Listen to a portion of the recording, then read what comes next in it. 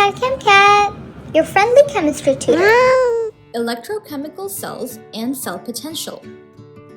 Did you know that a chemical reaction can generate electricity? That's actually how batteries work.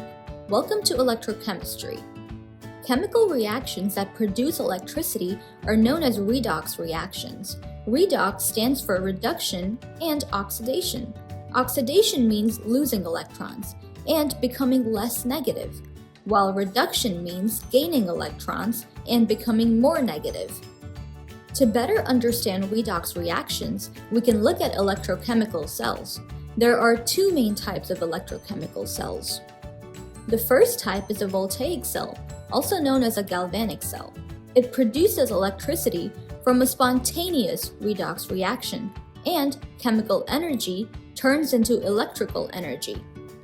The second type of electrochemical cell is an electrolytic cell, which consumes electricity from an external power source to force a non-spontaneous reaction, and electrical energy turns into chemical energy. So again, voltaic and electrolytic cells are both electrochemical cells, but they do opposite jobs. A voltaic cell produces electricity, while an electrolytic cell consumes electricity. We will focus on the voltaic cell in this video. A voltaic cell has two electrodes, the anode and the cathode. At the anode, oxidation occurs, and electrons are released. They travel through a wire and go all the way to the cathode, where reduction occurs, and electrons are gained. The movement of electrons through the wire is known as electric current. Think of two cat siblings sitting in different rooms, separated by a hallway. The rooms represent the anode and the cathode. The hallway represents the wire through which electrons travel. One cat has a lot of toys. This cat is electron-rich, and it sits in the anode room, where oxidation happens. The other cat barely has any toys.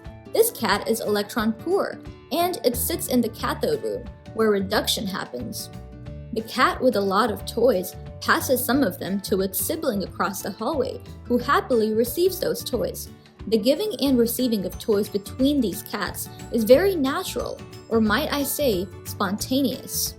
Also, if you didn't catch it by now, the toys represent electrons. As electrons move through the hallway, they create electric current. That's exactly how a voltaic cell produces electricity. But since electrons only move in one direction, the rooms could become way too charged quickly, meaning the anode room would become way too positive as electrons are leaving from it, and the cathode room would become way too negative as electrons keep entering it.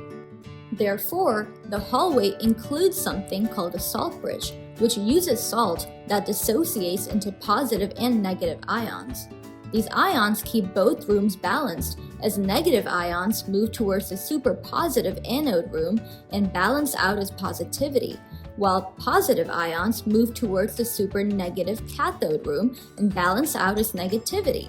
Without the salt bridge, charges would build up in each room, and the reaction would stop. Now let's talk about cell potential. Cell potential, also known as E cell, is the voltage produced by an electrochemical cell.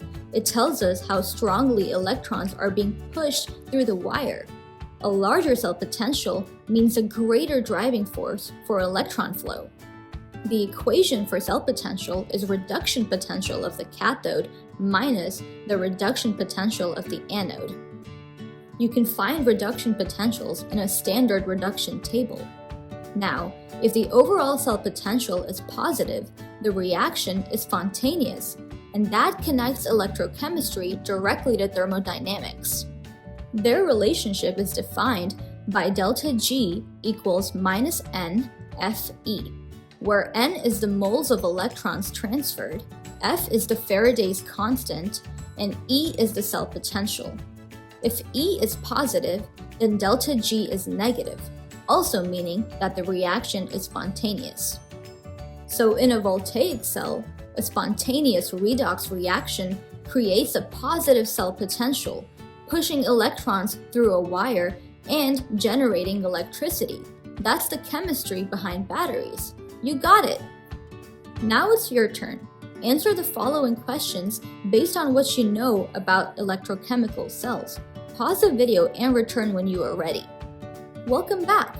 To find the cell potential of the reaction, we first identify who is being oxidized and reduced.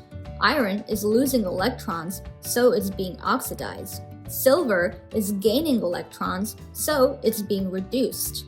We use the reduction potentials of the half reactions given to us. Plug them into the cell potential equation that you've learned about. The cell potential is positive 1.24 volts, meaning the reaction is spontaneous. You did it! Thanks for watching. You can find a helpful worksheet on this topic with a full answer key on ChemCat's Payhip and Etsy page. Both are linked in the description below. If you have any questions, feel free to email me at chemcat786@gmail.com. As always, please like and subscribe to support this channel.